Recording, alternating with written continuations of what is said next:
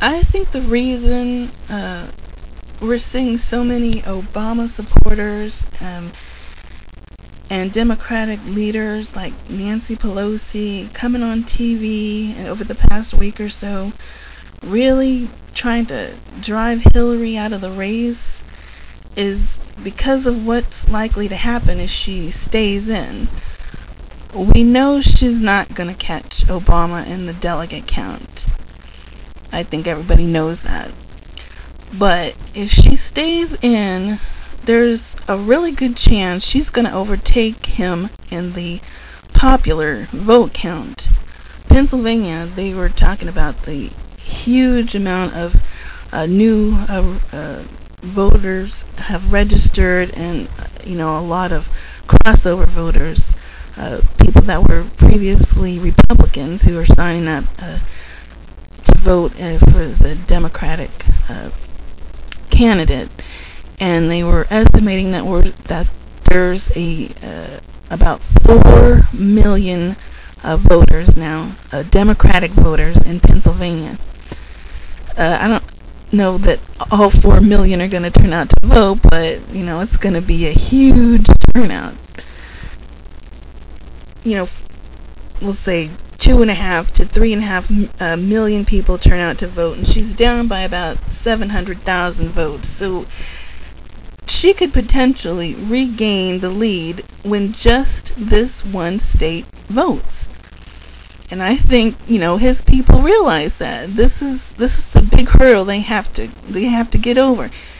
So if they can get this sort of message out to her supporters, and that's who they're talking to when they say it's over, there's nothing you can do, he's won, it's just a matter of time. They're trying to suppress these voters because I think they really know she can overtake the lead. And why is that so important? Well, this is why. Because if she gets the lead, and let's say even with the huge victory in Pennsylvania, even if she doesn't overtake him there, but she has a really good win and she about pulls even. Okay, so then she's got this huge victory and the momentum, which is the key element that carries over. So when you go into the next states, Indiana and North Carolina, she could take over the lead there if she doesn't do it in Pennsylvania, and I really think she will do it in Pennsylvania.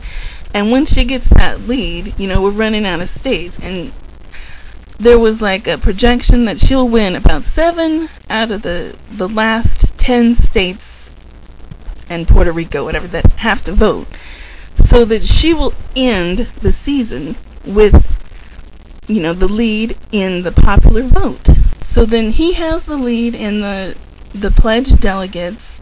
He's ahead by about 30 to 40 delegates or so, and she's going to have the lead in the popular vote. Not sure by how much, but we'll say a couple of 100,000, about like what he has right now. But the thing is, she has this case then to make to the super delegates. She's ended the season with the momentum because she will have won about 7 out of the last 10. She's won in all the major states that any Democrat has to win in the fall. She's won in the swing states, and she's carried the base of the party. I mean, the working white class voters and the women.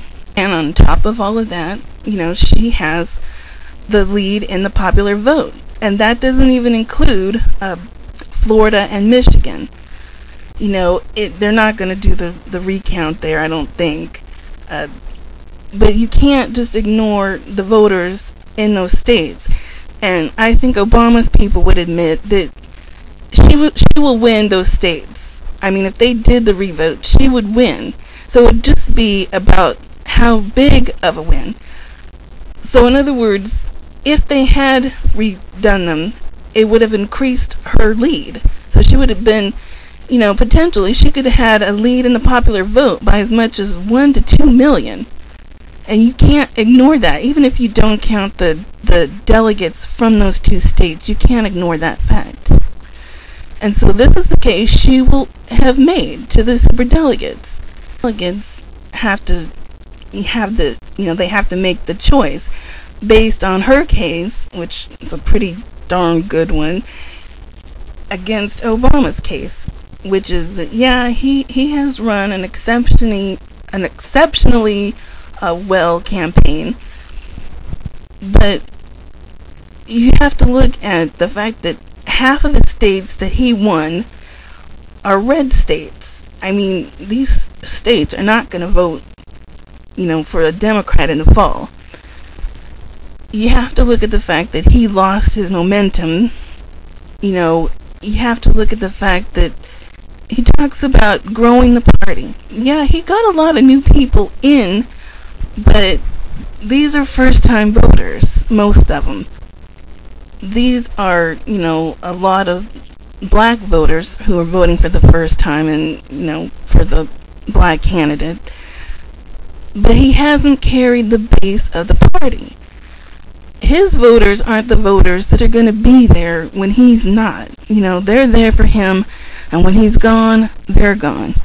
What we're looking at here then is, election 2000, basically take two, which is you have one candidate who has the delegate lead and one candidate who has the popular vote lead, and a body of a few people who are going to decide this whole thing.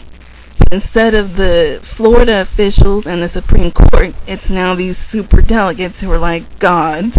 The problem is that these are the people in the Democratic Party. This isn't an outside force that is cheating us. It's our own party leaders. But the thing is, I think they're going to end up doing the same thing that Florida and the Supreme Court did, which is to deny the majority of the people, their outcomes. They're going to end up giving this to Obama, and we all know why.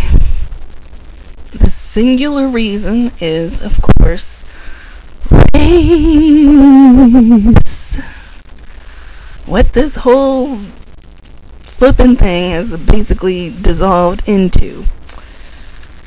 And, they know if they don't give it to him, we will have riots from, Chicago, Illinois to, New Orleans, from Compton, California to, New York, north, south, east, and west. You're going to have Jesse Jackson, Al Sharpton, and all the black leaders all over this country calling for boycotts, which are basically going to have, black hell on earth. That's what's going to happen. The leaders don't want the responsibility because they're going to be losing their jobs too if they don't give it to him. They will. Now, in doing this, they know they're going to tick off the hardcore Democrat voters.